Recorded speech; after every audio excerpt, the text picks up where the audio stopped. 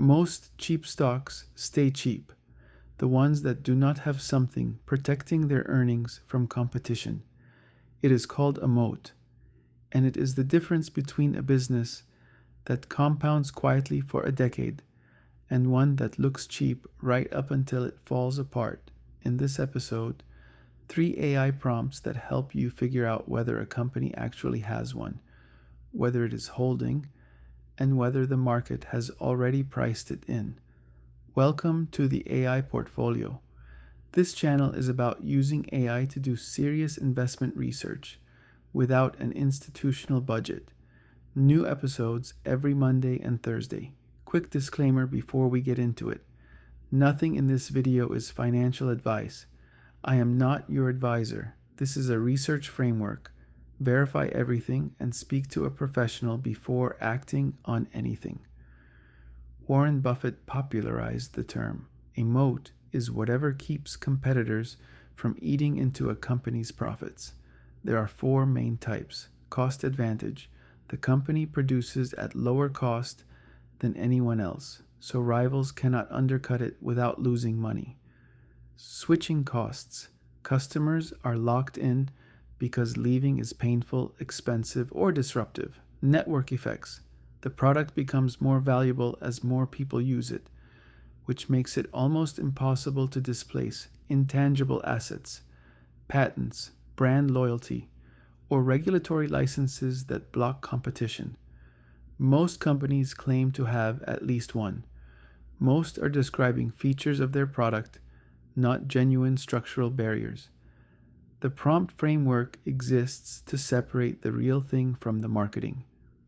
Identifying a real moat used to mean reading 5 years of annual reports, tracking competitor margins over time, and cross-referencing earnings, called transcripts for how management talks about pricing power. Most individual investors do not have the time or access for that. AI can synthesize public filings, 10Ks, and earnings call language in minutes. It will not form the final judgment, that still takes you, but it surfaces the evidence quickly, flags the right questions, and tells you what to look for before you spend serious time on a name. The 3 prompts that follow do that work in a structured sequence. Prompt 1. Give AI the company name and ask it to evaluate the business model against each of the 4 moat types: cost advantage, switching costs, network effects, and intangible assets. Ask it to cite specific evidence from public filings, not management talking points, but data, customer retention rates, contract lengths, gross margin history, patent revenue dependency. What you are looking for is specificity. If the response is full of phrases like best-in-class service or strong brand recognition without numbers attached, that is a red flag. A real moat leaves evidence in the financial statements. Margins that stay high while competitors struggle. Customers who renew without being pushed. Revenue that is hard to replicate. Push for the evidence. Prompt 2. Identifying a moat type is not enough. A moat can exist today and be gone in 5 years. Prompt 2 asks AI to look at the trend. Is this competitive advantage widening, stable, or eroding?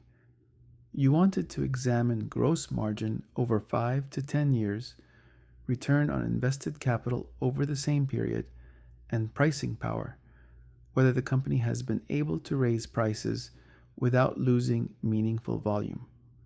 A widening moat looks like margins expanding while the industry stays flat or contracts.